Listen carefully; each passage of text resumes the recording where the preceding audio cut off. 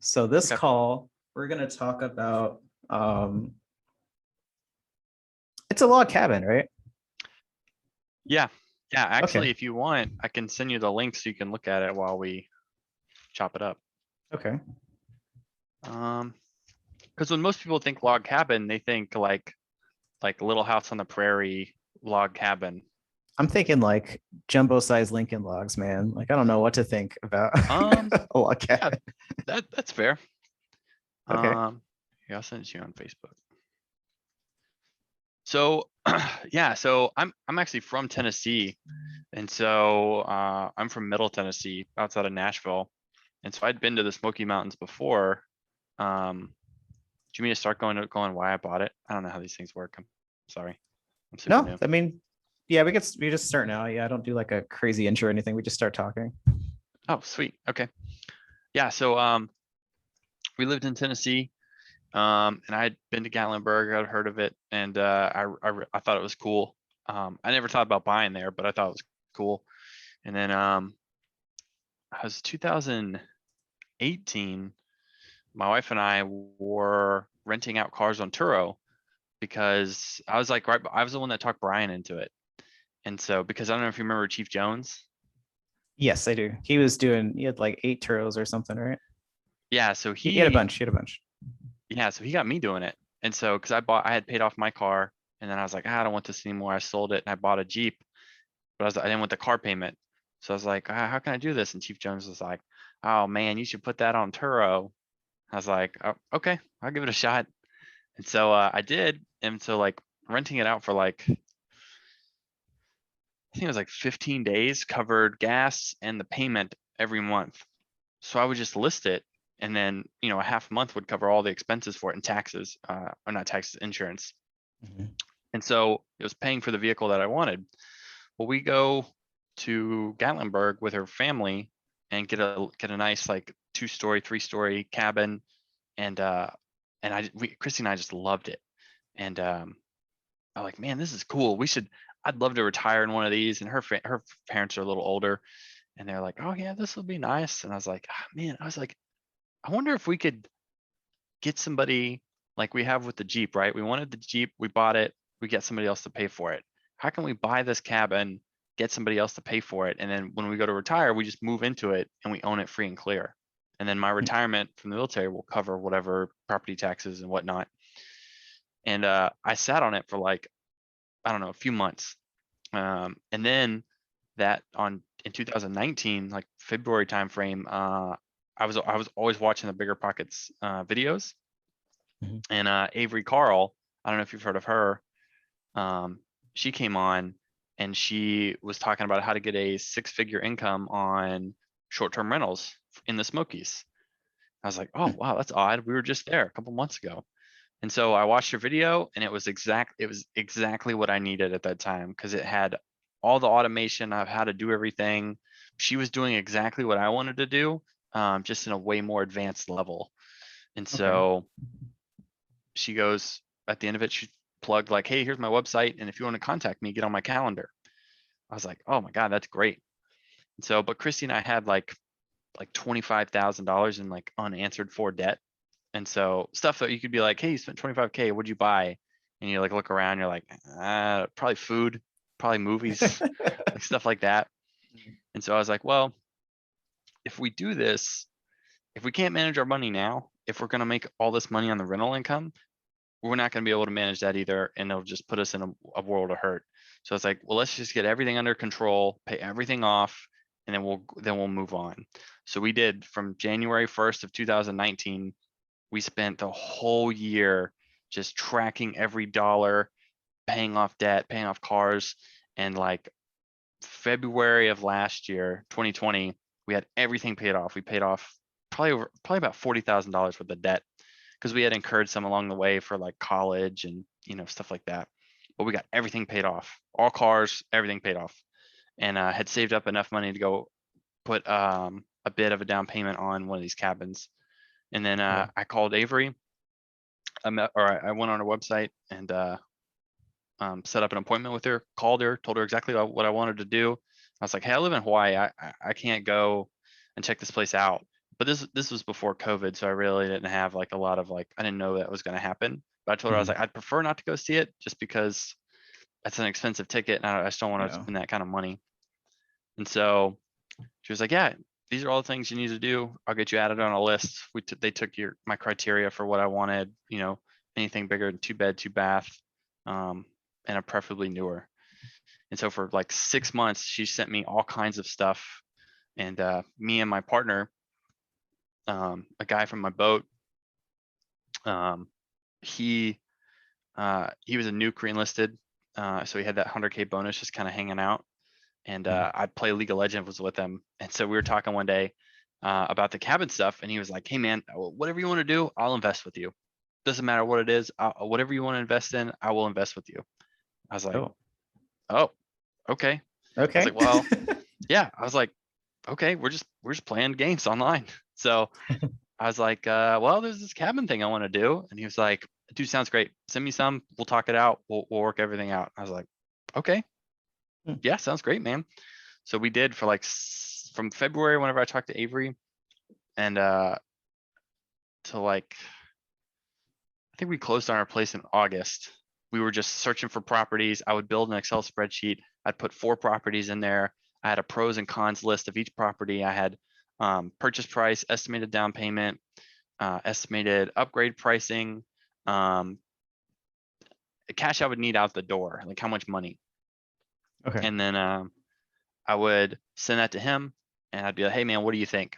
And then we'd just go back and forth to talk about it. And once we settled on a few, we would give it to Avery and said, hey, we want to put offers in on these places. And then we would always offer like 30, 40K under. Because I had read a book, Never Split the Difference by Chris Voss. If you haven't read it, it's a fantastic book. Amazing. Okay. And so that's what I literally had the book open and I was like calculating out how low I would submit the offers. And so I would that's what I would do. And then we weren't getting anything we wanted. So we probably went through like 10 places of just putting an offer for over the course of a couple months. And then finally she sent me one and was like, hey, here's a cabin. I've got one nearby. It's a 1 bedroom. It makes like 40K a year. It's a really good area. I was like, okay, cool. And we looked at it. It was built in 2017. Super nice, super clean, great neighborhood, pretty close to everything. And we're like, okay, let's just put in an offer. And they had listed it for like 350. And Wow. we had submitted an offer for 308. And I was like, surely that's low enough. And as we submitted the offer, they lowered the price to like 340, but they accepted the offer immediately. And I was pissed because I was like, I should have went lower. Dang it. Should I have didn't way know. lower. Yeah. Yeah, I Holy should have went moly. like 280 or something, but Now, when was this when did you accept the contract? Was this like in the middle of COVID or right before um COVID, or is this still 2019? no, this was 2018. This was middle of COVID. Yeah. This was July, July of July 2020. last year? Okay. Mhm. Yeah. Wow. Okay. So yeah, I'm sure they're trying to just like get out of there. Well, I think it was July. Well, so the property, Avery had told me that they had never been a short-term rental, so they weren't accounting for losing out on that income. Like most places, Mm, they'll set the price, what the appreciation is, and maybe a little bit more because they know this property will gross like 60K a year or whatever. And so they didn't know that it was a second home to them. And what I imagine happened is that they just couldn't afford it anymore. And so they needed to offload it immediately. And it came fully furnished. Um, I had to pay for like refilling the propane and stuff like that. But fully furnished was insane because I was looking at prices for like getting a new bed and it's like thousands of dollars per bed and stuff like that. And so um it just ended up working out. I was so mad about putting in the offer that I thought was low and they just accepting it immediately. But mhm. now, if you look in the short-term rental page, people are putting in cash offers for like 50, 60K above asking price and they're still getting bought out. So, Whoa. You just got right. in So the right time. Yeah. do within a few months, because we were already ready to buy a second one. Within 2 months, my buddy and I were ready to buy a second one. We had the cash saved up. We're like, let's go. But the prices, we were like putting in low offers like we were before 2 months later, and they were like, all of them getting beat out. And we're like, what the heck? And our agent was like, it wasn't Avery at the time, it was one of her other people, Mhm. was like, I don't think you guys understand. Like, it's not like that anymore. It's you got to go well above. We're like, what? If we go above 50 plus the 40 we could go under, that's 90K. That's a year and a half worth of profits are lost immediately on the buy. So, so we Yeah, still that's haven't got nuts. one yet. Yeah, so we're like waiting. We found a new area that I think we're gonna buy in now, but we're not sure yet. Is it like nearby? Is it the same community where you have the same type of clients, same customers? No, it's in Georgia, the new place. Georgia. There's Mhm. log cabins in Georgia. Yeah, and Blue Ridge, Georgia. There's Okay. a huge lake cabin area that actually, so Gatlinburg gets around 13 million people visiting a year. And when I checked the travel website or the travel info for Georgia for the Blue Ridge, it was like 15 million. So they get more visitors per year than this area where we have currently set up. So Oh, um, it's beautiful. And the houses aren't super expensive. They're about the same price that we paid for this one. But it's even easier to go a little bit bigger. So I was talking to a guy who only invests in Georgia and just like that area. And I'm like, oh, sure, Georgia's nice, but why Georgia? Like, he's like, Georgia's cheap. He's like, yes, there's like parts of Georgia that are, a little bit rough, but he's like, Georgia is like one of the last holding grounds for places where you can buy stuff for under 100K. So there is a lady at work. She's at my last command on the Frank cable, and she sent me this guy who sells homes. He's a realtor. This realtor at Berkshire who sells homes at like 60K, 70K. I'm like, what? No way. This must be like, like a crack house or something. So yeah, I looked at it and it's, it's not nice, but it's not bad. I wonder what kind of area it is, but yeah, I hear that the numbers work out really well in Georgia in particular. yeah, So there's like a log cabin community in Georgia. yeah. Same exact, very similar setup from what I've seen online to Gatlinburg. Um, and they're, if you do the check on Airbnb, prices are pretty competitive as regards to like our place in Gatlinburg. So I think, and Avery, she just moved her short-term rental shop, or she added that to their area of like where they sell property. So if she's doing that, and I think over the last 4 years, she sold like $500 million worth of real estate. If she's adding that place to her resume, it's got to be worth something. So Right. She otherwise, knows she wouldn't be something. Yeah. investing. Yeah, exactly. So if we get on there early, um, we can ride that wave up just like we got in here early. Because now, when I joined that group, it was less than 100 people, and now they're well over 1,000, and they're people, like I said, paying all cash, well above the asking price when we did a 10% vacation home loan for 40K under. So Oh, can you go into that? I thought that all at distance properties were at least like 20%. So you did a 10% because it was vacation rental? yeah, so a second home vacation home loan is 10%, and you can have two per person.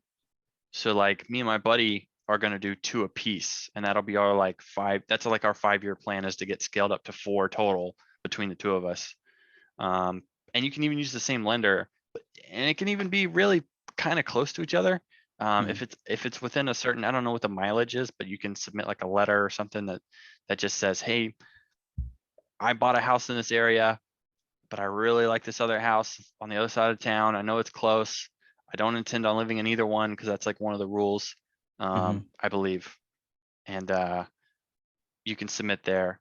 But for us buying one in my name in Gatlinburg, we have room to use the same lender and go to Georgia and buy another 10%. So what's the difference between them letting you call it vacation versus a rental property? Does it have to be rented out to short term? You can't have a management team run it. It has to be self-managed. No kidding. Yeah, so I don't have a manager. Like I Okay. do everything from my phone. The only person I have one person on staff, and I say on staff, I use that lightly, but I have a cleaner that I have go in.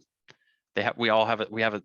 She gave me a software, or Mm. she uses a software that I've linked to my um, um, management software.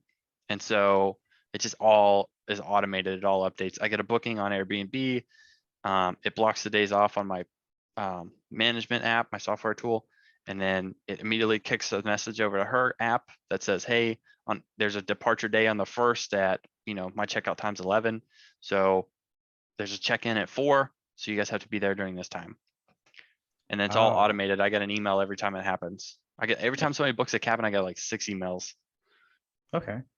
Do you is it Cozy? Is it Buildium? Well, what's the app that Um, you use? oh, I use Your Porter. Your Porter. Okay, that's a new one. I haven't heard of that one. Your I Porter. actually have a list.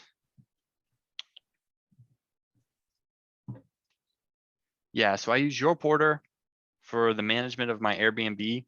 Mm. And you can do multiple, like you can put in VRBO, HomeAway, booking.com, all that stuff can go in there. I have automated messages that go out. So as soon as somebody books, it shoots them a message that says, "Hey, thanks," and gives them all this data. And then 2 days before they get there, it automatically sends them another message with the address, the key, or the passcode for the door, Like the the lockbox or Wi-Fi. whatever. Okay. Yeah, the Wi-Fi, all the rules, all that stuff. I have a user agreement in there, like one that you would have like for a rental. Mm. I just put it in there and I said, "Hey, when you book, you accept these terms," because there's no like thing that they can, wet signature. Right. So I have that, and then halfway through their stay, it sends them another message. You can even do custom messages. Like sometimes I'll say, "Hey, I got a new cleaner. Um, can you guys check and see if everything's good? And if not, let me know. I'd like to see how this person's doing, even if I don't have a new cleaner, just to like check on my cleaner." Okay. So, and then like 4 hours before they check out, it'll shoot them another message with all the checkout rules and everything. And then after they leave, like 2 hours, it says, "Hey, thank you for your time. I hope you enjoyed it. Please leave a good review. Thank you very much." That's But I don't smooth, do man. anything. Yeah, once I set everything up, dude, I literally, if you if you sit down, so if you use Avery as your agent, Mhm. she gets you a link to her husband who manages everything. She does like all the real estate side, and her husband Luke does all the management side. Okay. And every Monday he has a like a sit down meeting like this and goes over everything, how to do everything. And he's even made videos and put it on YouTube recently. And it could not be any easier. And you actually get bored with it after a certain amount of time. Like it was a hectic like 2 months buying it, Mm. getting all set up, getting everything moved in, setting up all software, making sure I had all the messages correct. The prices, I have a software that controls all my prices. So that way it fluctuates competitively with the market. It goes up on weekends. I have a threshold that it can't go above or below. Um, and just with their help, I was able to do everything from Hawaii. I've never seen a property in real life. I still haven't gone to see it. And but everybody says it's beautiful. So The pictures look nice. I'll put the pictures in the show notes. yeah, I think it's the coolest thing, man. I am amazed that it worked out. As weird as that is to say, I'm very grateful. But it was cool. It took a lot of like building up to reach this level of confidence to just Mhm. spend so much money on something you've one, never seen, and two, you really have no control over how well it's going to do. It's just like, Just well, hope it works out. Yeah. yeah, it's out in the ether, so I hope somebody clicks on this link. Mhm. But dude, every month, every single month has been well above what we need for the month, with the exception of January. January was the slowest month where we didn't quite make everything we needed. Mhm. But I think we need like 2 grand with all the taxes and everything, and cleaners.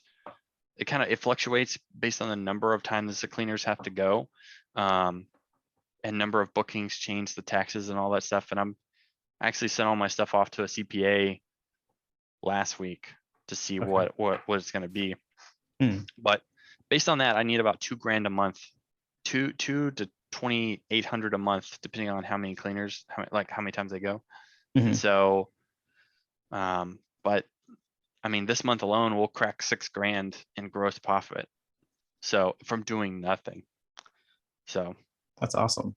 yeah. What would you guys do if like a pipe breaks? Is there like where in the app or where in the process do you get to find out what's wrong with the property? Um, so your cleaners are really your eyes and ears of the property. So The like cleaners, okay. yeah, so my cleaners, they know a handyman. They're like a little one-stop shop. For Mm, specialty stuff, like I've had my pipes freeze, I've had electricity go out because there was a bad storm over Christmas and New Year's. And so I just call around to all the local handymen. They all have their cell phones on. I just Google, handyman near this area, or okay. plumber near this area, and I call them and I go, hey man, because at one I had the hot water froze to my unit. So I called, I was like, hey man, my hot water froze. I can't get to the property. Is there any way, I'll pay extra. Um, I'll hazard pay, whatever you want. Just please get over there and fix it. Because it's more important to me that they get over there and fix it than, I spend an extra $100 to get a good review because I was doing my best, but you can't predict Mother Nature. And I'll pay the extra to just get it solved. And so, but I haven't had any real issues. Strange things have happened. Like I had a guest one time say that the island was a little loose, the top of the Mhm. island. I was like, oh, that's weird. I was like, okay, I don't really normally do anything unless I get two guests in a row that say something. Uh, Unless the first one leaves me like a less than 5 stars, and I know it's serious. But they Okay. didn't. It was 5 stars. So I was like, okay, well maybe they just misinterpreted it. And then I had like three more guests who never said anything. And then my fourth guest was like, hey, this top comes loose, like it comes up. And she sent me a picture of her like holding the top of the island off of the thing. The I was like, thing that holds it, what the? yeah. Yeah, I was like, what the heck? So I called my cleaner and I was like, hey, this is loose. Can you send your handyman over? She's like, yeah, absolutely. Whole thing cost me like $120. He went over, drilled it all in, got it all back secure, left. Guests were like, hey, thank you so much for taking care of that. That's awesome. 5-star review. Oh, okay. I did have I've only had one instance where I had the worst guest, and it was a nightmare. And it was like one of my first ones. And so I don't know how true it is because I haven't been in the game that long, but anybody that like goes like and asks for special favors like extra people, discounts, ask No, weird 100%. They're the worst. the Yep. wa- you That's a red flag. That's a red flag. I say no immediately. I would rather not have the money. I had a lady book for 5 weeks and I was gonna make like $4,000 Hmm. off this one trip. But she said, hey, I have a small dog. I was like, nope, delete. I just Small removed. dog. Ah, Yeah. Well, I don't do pets. I don't do pets. I'm thinking, yeah, the worst Everybody, that can happen is everything's wood, right? And so I mean they everything's could really wood. mess something up, chew it up, Exactly. or If you chew up wood, I don't even want to know how much that costs to replace. But I would Mhm. rather go without the money because it's gonna get booked anyway by somebody else. I'd That's rather go true. without the money and stick to my guns of no. Mhm. But when I first started, so I listed the property and within 12 hours, I got bookings. I got like 12 bookings all the way for like the next 3 months through Christmas. And I was amazed because I told my wife, I was sitting at this computer and I clicked, I was like, all right, we're live. It's like, all right, well, that was cool. So then I went to do whatever. And then within an hour, my phone was blowing up. All these people. And so for your first three people, Airbnb automatically sets like an automated, um, your first three people get 20% off, and you can change it. But I was like, that's fine. I need to get people in now to build you know, a 5-star rating because I didn't have a Yeah. rating, and so these people are trusting me to like Be not, legit. Yeah. yeah, to be legit. And so I was like, all right, that's cool. But I had so many people not booking automatically; they were asking me questions and stuff, and because it was new, and I was like, all right, that's fine. That makes sense. But this one guy he was like one of the first three, but then based on just how long it took me to answer the question, he was like down to number 5 or 6, so he didn't get the discount. And he was like, oh man, you know, it was my honeymoon. And I saw the price change, and I was like, he was like, oh man, that's my luck. And I was like, oh, I was just in the heat of the moment. I was like so excited. I was like, oh, don't worry, man, I got it. I'll take care of it. Yeah, I'll give you the discount, no worries. And so I did that. And then he got there, and he, he like took pictures of my security camera, which is authorized. Like I have it in where Airbnb approves it. Mhm. And I have it listed in my profile, in my thing. When you book, it says I have one.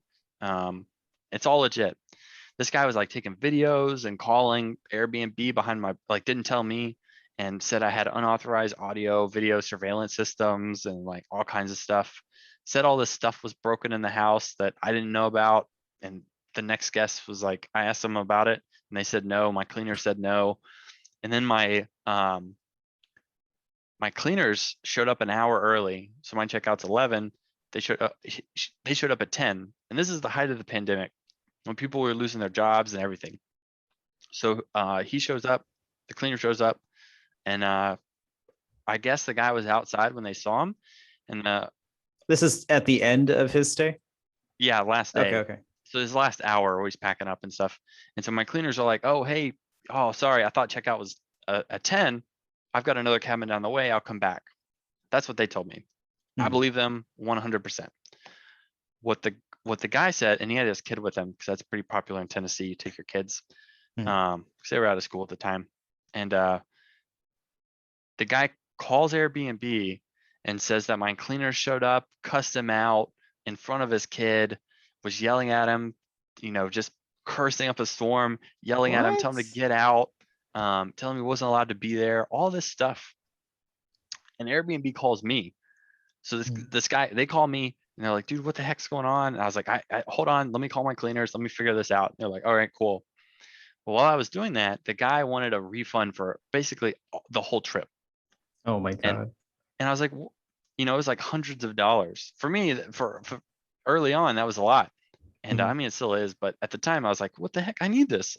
And so I I call the cleaners. They give me their side of the story, which is what I just told you.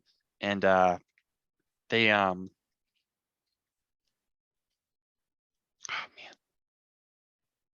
yeah. So the cleaners give me their side. Airbnb calls me back and said, look, this guy's freaking out. Like, what's going on? And so I explained to them, and I sent them this huge email. It took up a whole Word or a whole page of a Word document, and explaining, like, going through, like, look, this is the height of the pandemic. These people are losing jobs left and right. Why would these people gamble their job on a property that's not even theirs? Why would they have Mhm. any emotional investment in this property to get this person out an hour early? What is that? Mhm. What sense does that make? They would never do that. Nobody in their right mind would do that. And I I guess they liked the letter that I had sent them because they were like, okay, we'll leave this in your hands. Whatever you want to do, we will side with you 100%. I was like, I'm not giving that guy a dollar. He's not getting any kind of refund, nothing. And they're like, okay, that's fine. We accept. We we uh we take that in. Absolutely, we side with you. I was like, okay. And then the guy messaged me and was like, because I had denied it in the app, and Mhm. he was like, oh, you should have made this right. You're a POS. You know, Airbnb is gonna get you. I've already called them. They've sided with me. I'm gonna get all my money back, whatever. And then I didn't say anything to him. And then he, you know, obviously left a 1-star review. But it looked like he had done this before, the way that he structured his email, because there was no cuss words. There was Oh, nothing I could flag it for. It was just very, it wasn't articulate, but it was like this wasn't his first message. okay. And so I was like, oh, this dude probably just like scams people maybe, because it was like the way that he was using the words like audio, video, surveillance systems and stuff. Like nobody says that in real Mhm. conversation. So I left him back another 1-star review, and I commented on it, and I explained everything that Airbnb did and how they backed me and not him. And then I left his review also like, oh, you know, first off, when I got the review, I had to take 3 hours to calm down so I wouldn't. I literally walked away from my computer and I went outside. I took my dog on a walk. I went to the gym. I had to calm down because I could not write this thing so emotional. Mm. So I got back on the computer. I looked up how to write a tactfully bad review. And so I took what they had and I put it in. They're like, oh, the guest was fine, but failed to read directions and all this stuff. And at the very end, I was like, I think maybe in the future this guy has the potential to be an all right guest. And then Oh. submit. So I felt good about it. Mm. Uh, it was good stuff. It was good No, stuff. yeah. So I manage a bunch of long-term rentals. I want to say a bunch, like a handful of long-term rentals in Hawaii. They're all single families, no multifamily yet. And fortunately, my broker does uh, the screening process himself. When we're in a pinch and the client's like, "Man, I need to get this rented out right now," first thing to remember is their emergency does not equal my emergency. I had a client come up to us and she says, "Hey, I need this rented in a week." I'm like, we'll do our best, but like, there's no way I'm going to promise you we're going to get it done in a week. But our broker screens the clients, and he says that the worst clients, the ones that you can't, turn anybody away for, the basic things like sex, age, religion. Um, but if you've got two equally qualified clients, uh, potential renters, two equally potential renters, and one of them is asking for like a list of concessions, it's very obvious what the correct choice is. It's just like, man, if they're this needy now, like before we've even like established a relationship, this Yeah. can only get worse. And you don't want to believe that is like a new property manager. I was still pretty green. But they're, yeah, the people who do give us problems usually have signs or like warning flags um, that you can see that you can look out for. So it's good that you figured that out. It's good that you figured it out early on, because I mean, what if you got Yeah. to the point where it was kind of, autonomous and you weren't really thinking about it, and then it just like punches you in the face? Like now you walk into it with eyes wide open. Yeah. You got the experience down. Yep. I've had people and people ask me weird stuff. Like anytime somebody asks me something twice, I put it in the welcome aboard message, because then Hmm. I don't want to keep answering the same question. I'm trying to minimize touch points. And so, but questions like, hey, this one person messaged and was like, hey, are the roads windy and will the elevation make my kids sick? I was like, delete. I just denied it immediately. I don't even read it. I don't even reply to it. I just deny it immediately. It's not So worth your time. Yeah. no, oh, absolutely not. And that's the like the key, the whole thing, the whole takeaway from this is I don't know if you've ever read the book 4 Hour Work Week by Tim Ferriss. I've read it. Yep. Minimize touch points. I want to do as little as humanly possible to scale as large as possible. Mm-hmm. And so if I have to answer all these questions, that'll take up so much of my time. And so in my mind, my time is valuable, like thousands of dollars per hour. That's how I value my time. So I'm not going to answer these questions where I'm going to make $600 where I could just deny. And then within a week, somebody will book that for the same price, but not ask any like be a regular human being about it. Like just Google it. You can Google how high are the Smoky Mountains? Yep. Like I You don't know. can I don't Google know the your windy kids. road. That's exactly what I was thinking. Yeah. Oh, Have look, you ever Hawaii road. have you ever driven your kid on a windy road? Did they get sick? Did they throw up? Like what happened? I don't know. I wasn't there. I don't know. So Sweet, it's good man. stuff. Are you taking any investors? I know you said you're kind of priced out, or at least the value is different. It's much different in that area now. Are you taking Yeah. any investors for your next project? Yeah, it's gonna be me and my buddy. But I don't know how to but that part I don't know. I'm unsure how to properly scale and what makes sense. So I'm like in this weird like limbo because I'm financially the limited one because I am as an E6 I only make so much, and so I invested all that in the other property, and now all the money we had set up. I'd say I had like 15 grand to go into this next cabin, and I put it all in the stock market because it was just sitting there and we were waiting. Hmm. So But now we're gonna sell the house here in Hawaii and then use that as seed money for like another 2 properties. But I don't know. I don't know how to go about like with other investors, or maybe I don't put any of my own money in at all. Maybe because I already have the Airbnb account, I already have the system set up. Maybe I have somebody buy the house, they own it. They do all the taxes and paperwork for it or whatever, and they just give it to me to list on Airbnb, and then I take a cut of the profit.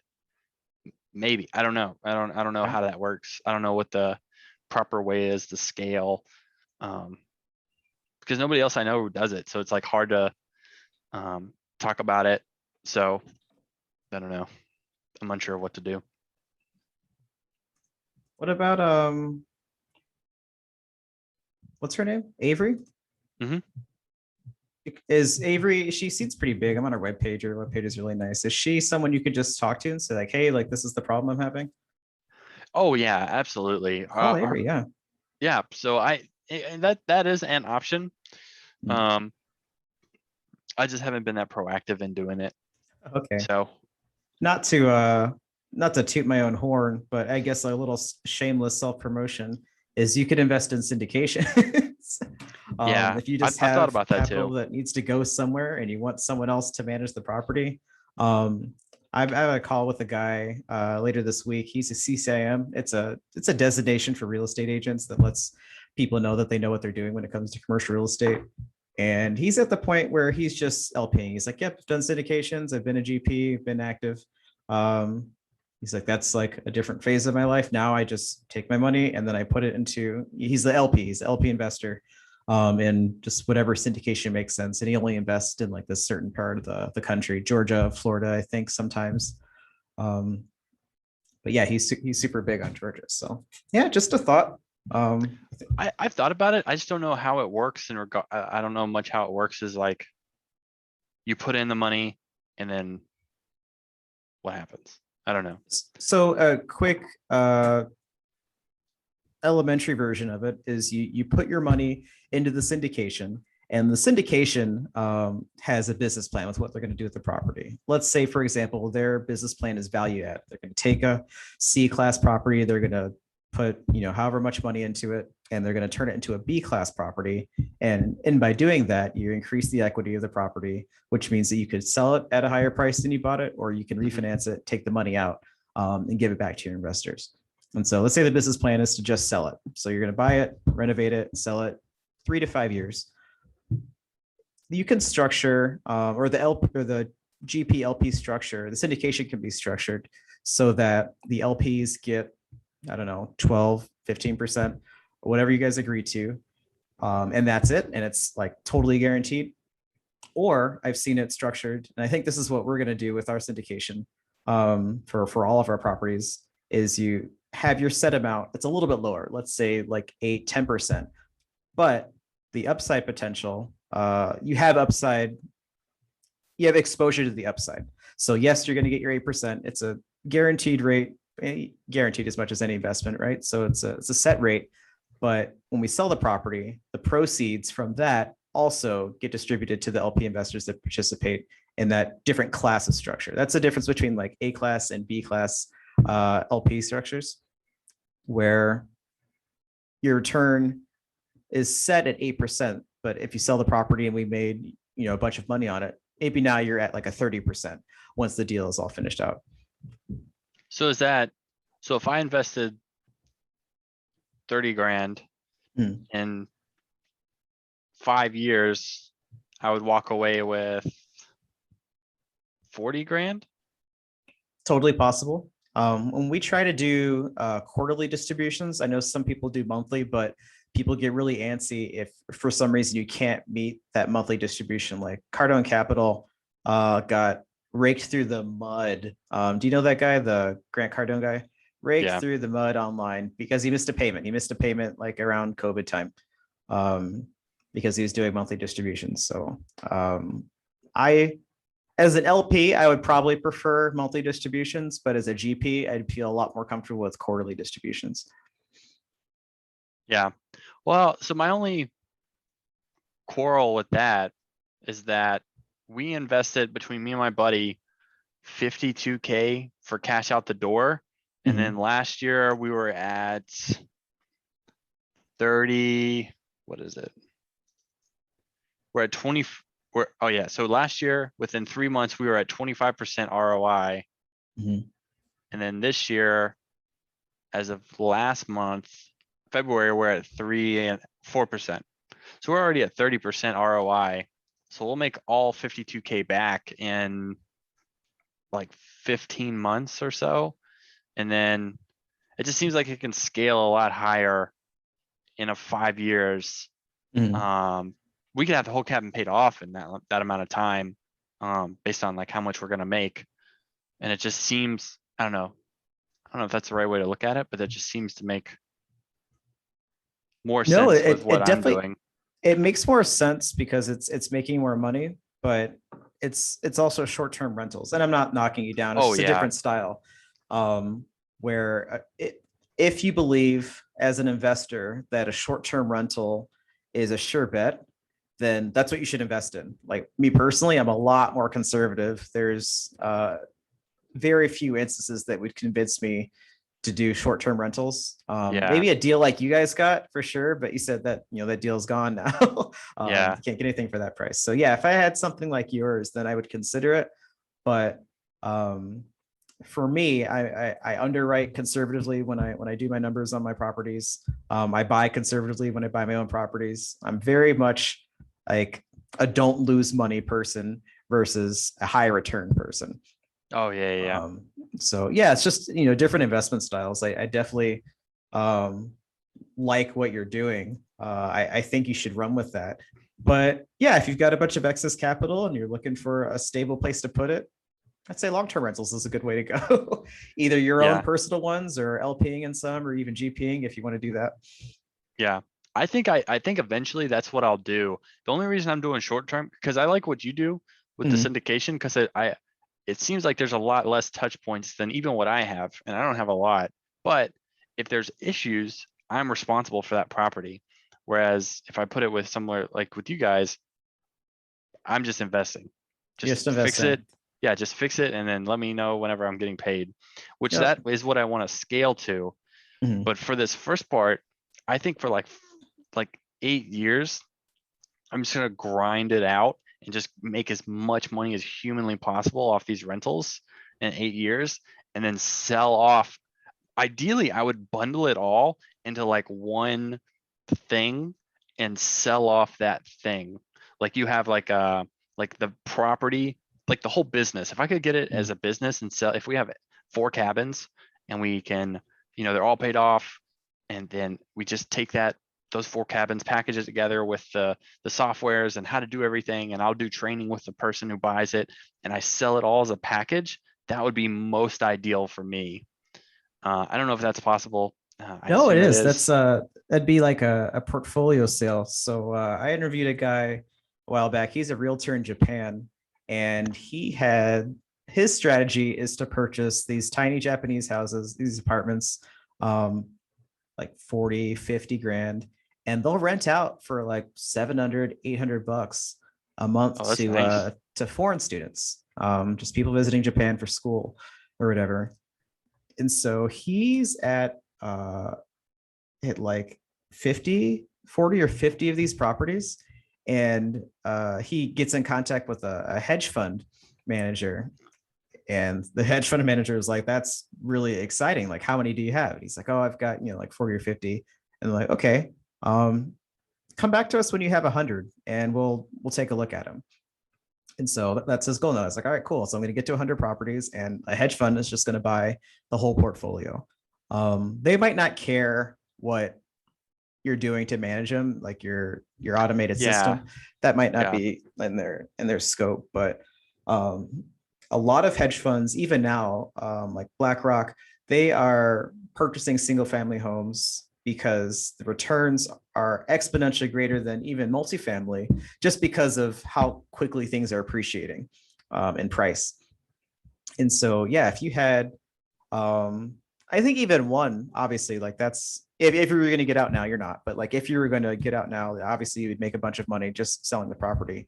But if you were to have a portfolio of those, it doesn't necessarily need to be a hedge fund. It might be someone like me or somebody who is Yeah. interested in getting into the game, but Yeah. doesn't have $100 million. Maybe like I only have $3 million, Yeah. and yeah, just buy you out. That's the plan. Cause my outlandish end goal for when I retire from the Navy at 39 is to Mhm. be worth about 30 to 40 million. And I'm Mhm. very unclear on how to get there, and I may not. I probably won't. But Probably uh will. Probably will. I hope so. That'd be dope. But that's where I want to get to. And but as I get older, and me and my wife want to have kids soon, so as I do that, I want to bang out everything as early as I can, all the hard stuff, like of, fixing up the properties, learning how to do the buying and selling at long distance. Mhm. That I think that's very valuable, and a lot of people I don't think would do that. And Mhm. everybody I talk to is like, you are literally insane. You're gonna spend how much money and you're not even gonna see this place? Wait. You know, Who are these people? These people at work? people at work, family, I come from a Oh. pretty poor family. So, you know, spending that much money in and of itself was, mind blowing. Mhm. So, but I was like, man, if these people can do it, there's no reason I can't do it. Like there's no difference between Avery and me outside of she's done it more times. So if I Exactly. just, Yeah. if I just do it once, then I'll figure it out. One of the toughest things about being in the military is, I guess, the mindset of the majority of people who are in the military, is not like where you're at. It's not where I'm at. And it's really tough because like you are who you hang out with, and everyone's Yeah. lifestyle and mindset. You are like, what's it, like the top five people that you hang out with, you start to average out each other. Yeah. It's like, yeah, it's really tough being around people who are like not investing, who are definitely not investing in real estate, who are definitely not like, have multiple properties of stuff like overseas. Well, you're in Yeah. Hawaii, so overseas, right? Yeah. Yeah. Um, so no, I totally feel you. But yeah, from my experience, you can't uh take advice from people on something that you're doing from someone who hasn't done it. That that's Um, that can't be underlined, put in bold anymore. Dude, if anybody has never done the thing I do, I don't value their opinion at all. mm. I'll listen to what they have to say because I'm gonna be rude and be like, hey man, shut up, I don't care. I'll be like, oh, I normally go, oh, that's interesting. And then Mm. I move on. I don't even put a second thought into it. You can't. Yeah, And if they then don't have experience with it. once I did it, so many people came out of the woodwork and were like, "Oh, how'd you do it? What system did you use? How'd you buy your place? What do you, how did you do it?" And I was like, "Bro, you told me not to do it. What are you talking about? Why do you care now?"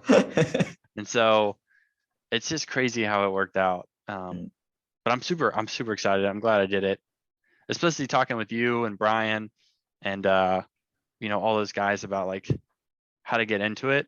Mhm. I had a chief on my boat, who's from Georgia, who only invests in Georgia, Okay. and he was the one that got me to like get into real estate. He's the one that talked me into buying my house here in Hawaii, and then just gave me a ton of books to read, and was like, he's like, you can't be poor your whole life, he'd just say stuff like that. And I don't know if you know a guy named Danny Hubbard. Uh, is He's a he a Navy warrant T officer chief. now? No, He's no, a no, Navy T. no, No, no, not no, no, no. Okay. yeah, not that Hubbard. Um, but he's Danny a super Hubbard. great guy. Okay. Yeah, he was chief on. He was he was the Navy T chief, but because I didn't have a chief, we worked with him, and so he was just such a great guy, and he, we still talk about real estate and random stuff like that, and so he was a Oh, huge help. is that the Georgia chief? Yeah, yeah, yeah, yeah, Okay. Danny Hubbard. yeah, great guy, and yeah, he's the one that talked me into it, gave me all the books I need, and yeah, it's really worked out. I'm excited, and it's crazy to see it come to fruition. Like now that I've bought it, and I don't even think about it anymore until I get a message that says, "Hey, you got a booking." I'm like, "Oh, that's right. I forgot. Oh my god, I forgot about that." That's right. Got this business over here. Yeah, because I don't do anything with it. Like I don't Mm. see the property. I only get emails when it gets booked, or they message me back, or every Sunday I send money to my cleaners. But other than that, like it doesn't take a lot. I probably spend less than 30 minutes a week on it, and that's being pretty liberal. Mhm. So Yeah, unless something that's goes wrong and then, but I've only right. had that happen once or twice. And if something breaks, I just replace it. I don't, there's so many people in this group I'm in that are like, oh my God, this thing broke. What do I do? I file an insurance claim. Like, what do I do? Like, well, how much is it gonna cost to fix it? I like $200. Pay the $200. Just get a new one. 200 bucks. Yeah, I just mail things immediately to my cleaner's house, to her business address or whatever.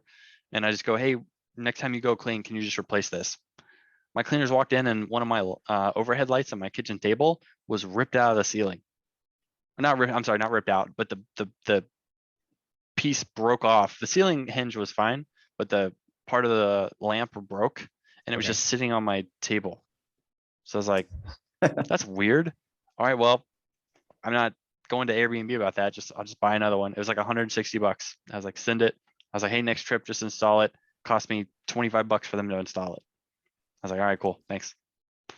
There's a term, I don't know where I read it from, but it's like I think I just read it again in someone's routines. Like if it's gonna take you less than like a couple $100, it's like don't worry about it. If it's gonna take you less than 10 minutes, then just do it. Like little I off think topic.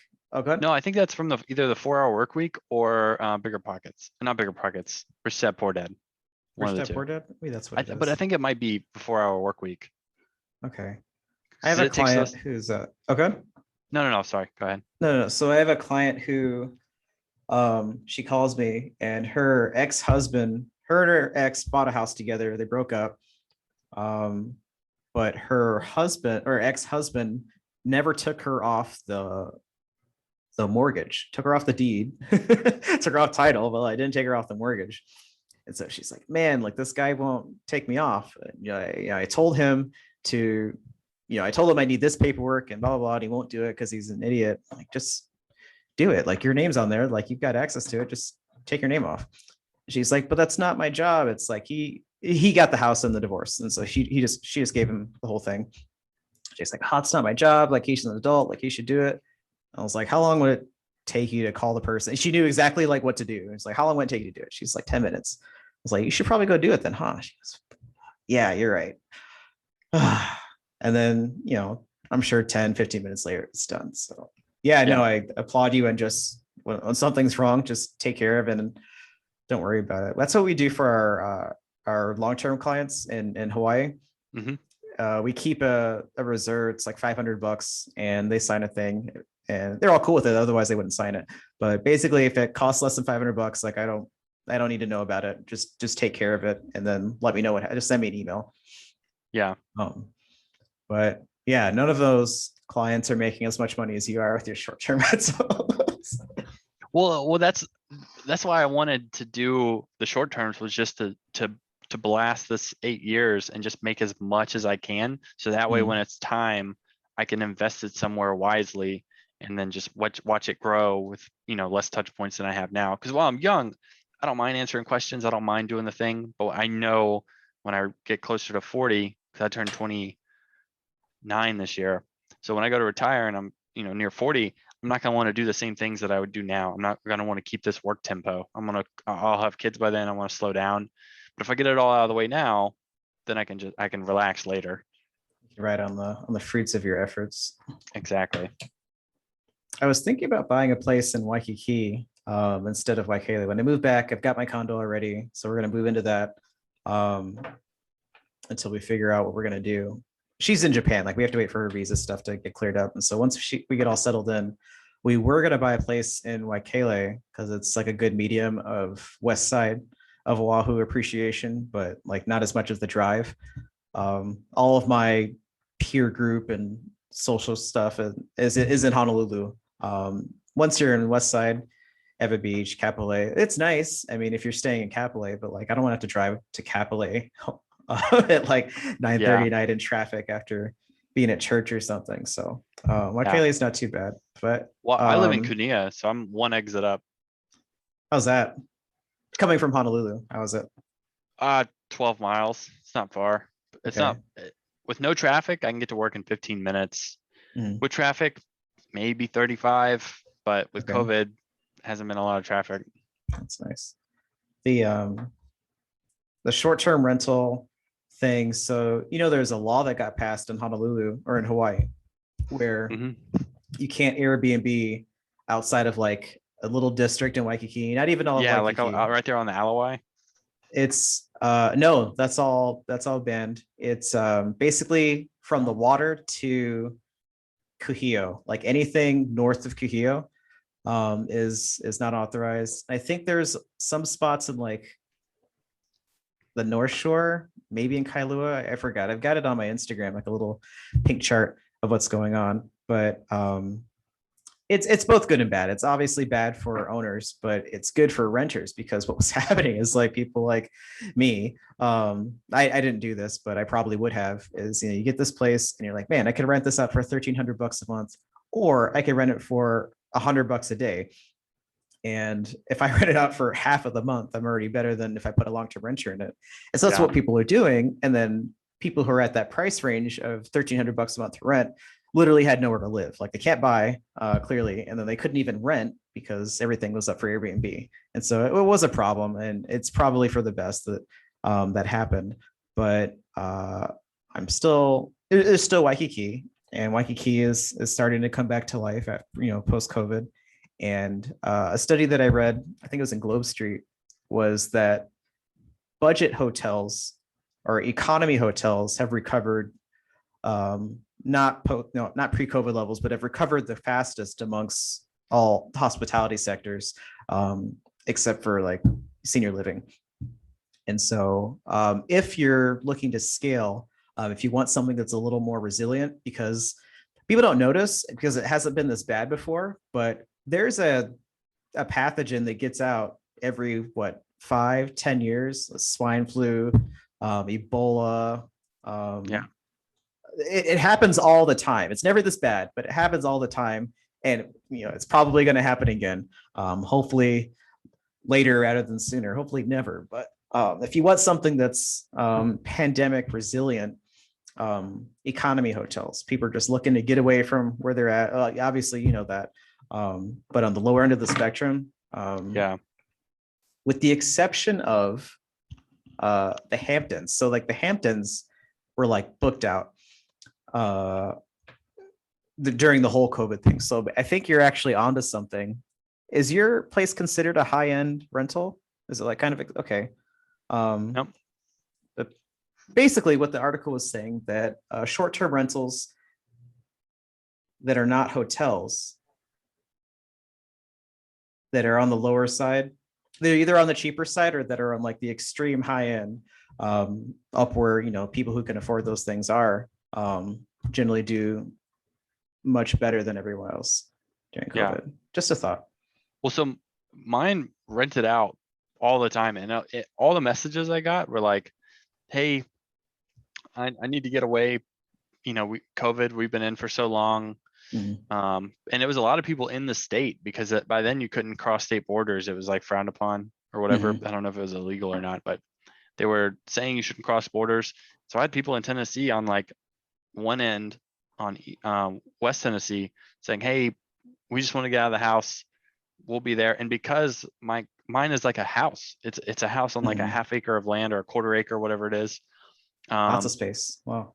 Yeah, it's a house. Like, I mean, and there's no sharing rooms. There's no neighbors. Like, I mean, Yep. neighbors are like, it's like a regular house.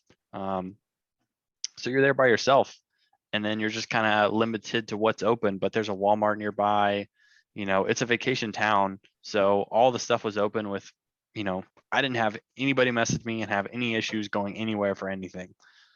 So, and Tennessee's pretty red state, so everything was pretty open. So That's dude, awesome. my cabin was doing great the whole time. Even now, it's like I don't have any issues. Okay. Cool, man. How can my viewers get a hold of you? Do you want to be gotten a hold of? Oh, I don't know. Do I? Up to I you. If you guess. got like an email or something. Yeah. I do. I Okay, never even cool. thought about it. Yeah, man. I Huh. mean, if you're looking to scale, an easy way to scale is with other investors. I know you got like what you're doing now, but that's the start. That's the start. Other people's money, as you know already, but more of Yeah. other Yeah. people's money. OPM. Yeah. Mm. Yeah. Yeah, I guess email John Shackleford7@gmail.com. I think you've got my email. I just sent you something. Yeah, I've got it. And John, check. I don't. Yeah, I've got it. I'm not gonna type it. Cool. and then yeah, I think that's good. Pretty much it. Just an Dope, email. man. Cool. Well, Um, yeah. Thanks for coming on. Talk to you soon. yeah. Yeah, absolutely, man. Thanks for having me. It was great.